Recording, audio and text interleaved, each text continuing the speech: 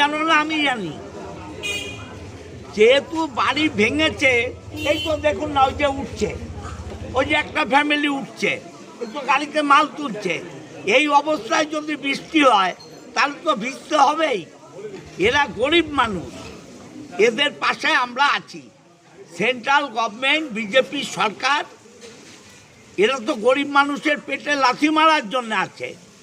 আমরা গরিব মানুষের সঙ্গে আছি, এদের বিপদে আপদে আমরা আছি। রেলের রিপেয়ার হয়ে গেলে এদের এখানে বসবার দায়িত্বও আমাদের। বিজেপি থেকে বিরোধী দলনেতা সবাই বলছে আমরা হিন্দুদের পাশে আছি, এখানে তো বেশিরভাগ হিন্দু, এদের পাশে তো তাদেরকে দেখা গেল না। শুনুন, এটা জাতপাত কিছু নয়, এগুলো নাটকবাজি। আমরা হিন্দু নই, হিন্দুত্ব বিজেপির কাছে শিখতে হবে। ওই ছাগল কুকুরগুলো হিন্দুত্ব শেখাবে না। আমরাও হিন্দু, এখানে যারা আছে হিন্দু মুসলমান সবাই আছে। আগে মানুষ, মানুষ না হলে হিন্দু মুসলমান হয় না তো। অতএব মানুষ ধর্ম আমাদের কাছে আগে, হিন্দু মুসলমান নয়। ওই ছাগলরা হিন্দু মুসলমান করে। হুগলি জেলার বিভিন্ন এলাকায় রেলের জায়গা দখল করে বসবাসকারী মানুষদের উচ্ছেদ নিয়ে গত কয়েক মাস ধরেই চাঞ্চল্য ছড়িয়েছে। সেই প্রসঙ্গেই আজ সকালে চুঁচুড়া পৌরসভার অন্তর্গত 10 নম্বর ওয়ার্ডের বারদুয়ারি মোড় সংলগ্ন ব্রিজের তলায় গিয়ে দেখা গেল বিগত বহু বছর ধরে বহু মানুষ এখানে বসবাস করছেন। রেল কর্তৃপক্ষ সম্প্রতি তাদের উদ্দেশ্যে উচ্ছেদের নোটিশ জারি করেছে।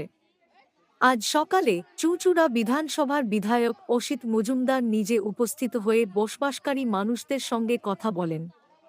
বিধায়ক আশ্বাস দেন, কাজ শেষ হওয়ার পর এই মানুষদের পুনরায় তাদের পুরনো জায়গায় ফিরিয়ে আনা হবে। তবে স্থানীয় বাসিন্দারা অভিযোগ করে বলেন, আমাদের এখনই উঠে যেতে বলা হচ্ছে, কিন্তু এত টাকা ভাড়া দিয়ে আমরা কোথায় থাকব? আমরা দিনমজুর, দিন এনে দিন খাই। আমাদের যদি বিকল্প ব্যবস্থা না করা হয় তাহলে আমরা কার্যত অনাথ হয়ে পড়ব। পাশাপাশি বিধায়ক অসিত মজুমদার বিরোধী দলনেতা এবং বিজেপি সরকারকে তীব্র ভাষায় আক্রমণ করে ছাগল ও কুকুর বলে মন্তব্য করেন। তিনি জানান, আমি সব সময় এই মানুষগুলোর পাশে আছি এবং থাকব। কাজ শেষ হওয়ার পর আমি নিজ দায়িত্বে আবার এদের এই জায়গায় ফিরিয়ে দেব। পাশাপাশি 10 নম্বর ওয়ার্ডের কাউন্সিলরকে তারা পাশে পায় না বলে অভিযোগ করলেন, কিন্তু সেই অভিযোগ সম্পূর্ণভাবে অস্বীকার করলেন চুঁচুড়ার বিধায়ক অসিত মজুমদার। চুঁচুড়ার মানুষের উদ্দেশ্যে এভাবেই আশ্বাসের বার্তা দিলেন বিধায়ক অসিত মজুমদার। কাজ হয়ে যায় তো চালটার ভেতর থেকে ভাড়া করে যদি কিছু হয় ব্যবস্থা রিপেয়ারিংটা হয়ে গেলে তুই আবার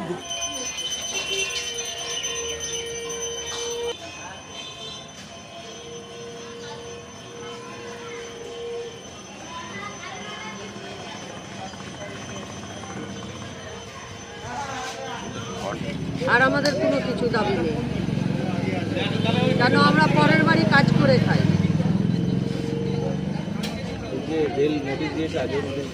হ্যাঁ, নোটিশ দিয়ে গেছে। আমাদের বলেছে যে এমনি কাজ হবে, তারপরে আপনারা বসবেন। এই রকম তো বহু বছর হয়ে গেছে। আমরা ঘরের ভেতর থেকে বাস ফাটিয়ে ওরা কাজ করেছে, তখন সরতে পারিনি। এখন সব বলে জিনিস সরিয়ে দিতে। এবার কোথায় এই বৃষ্টির মাথায় সরাবো বলুন?